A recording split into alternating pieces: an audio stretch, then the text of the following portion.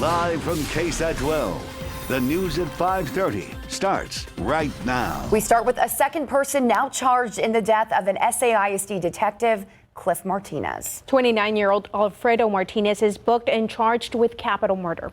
The incident happened yesterday at the IHOP off of I-35 and Hot Wells Boulevard. Detective Martinez was trying to de-escalate a fight from inside the IHOP. He was able to get people outside, but the fight continued. That's when investigators say suspect Alfredo Martinez assaulted the detective and was in that gray sedan that fatally ran him over. The suspected driver of the car, 23-year-old Jorge Lopez, was arrested earlier yesterday. Lopez is also charged with capital murder. Police are also questioning a 21-year-old man who they say is considered a person of interest. And the father of Cliff Martinez now speaking out after his son's murder. He says despite the tragic death of his son, he wants people to remember his legacy of helping others. Stephen Cavazos is live and shares how the family is coming to terms with their loss. Well, Patty, it's only been one day since Martinez was run over and killed in this IHOP parking lot. Martinez, who was an off-duty SISD officer, was serving as a security guard in the area. Now, his father, Albert Martinez, says that his son died doing what he was passionate about. Now, his father again says that he grew up always wanting to be in law enforcement. He spent 28 years with the San Antonio School District, and his father says that that's where he made the biggest impact, helping protect and guide San Antonio youth. His father still in shock over the sudden loss of his son. But he tells us it's something you're always prepared for, especially when you have a family member that serves in law enforcement. Now, tonight on the Night Beat, Martinez will share more of his son's story and why he says that his legacy will continue long after his death. That story later tonight at 10. Courtney? Thank you so much, Stephen. 3 people in the hospital, 1 Bexar County Deputy's patrol unit heavily damaged, and the woman suspected of causing it all now facing serious charges. The crash happened early this morning on I-10 after a small SUV stalled out and the deputy stopped to help. Police told Alicia Barrera, the suspected drunk driver, then slammed into the back of the deputy's car, pinning the people underneath and injuring a teenager. Early this morning on I-10, a small SUV runs into trouble, but it would soon get much worse.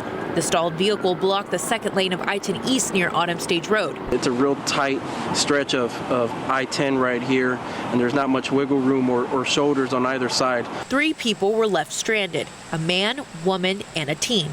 And due to the danger of the area, a deputy stopped and waited outside for their vehicle to be towed away. The teen was inside the deputy's patrol unit when the sudden impact happened.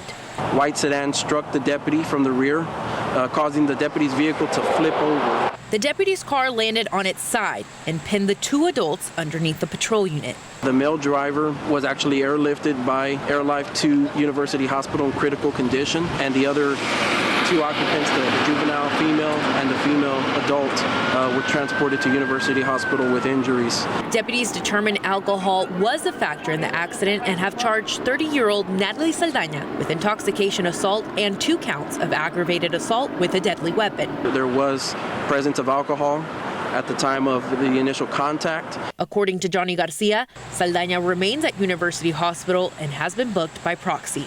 Alicia Barrera, KSAT 12 News. A business owner is picking up the pieces after his shop, Delise Chocolatier, was burglarized overnight. It happened on the north side near Loop 1604. Police called the owner this morning saying someone broke in. They only took about $55 from the cash register, though there was damage. Nothing else was touched. The business next door also had some damage. The owner says the timing just makes the burglary worse. It's just sad that people may just break a window and put on strain on a business when it's just 3 days away from Christmas. The incident was caught on surveillance video, and the owner hopes it will help lead to an arrest in the case. This is actually the second time the store has been burglarized.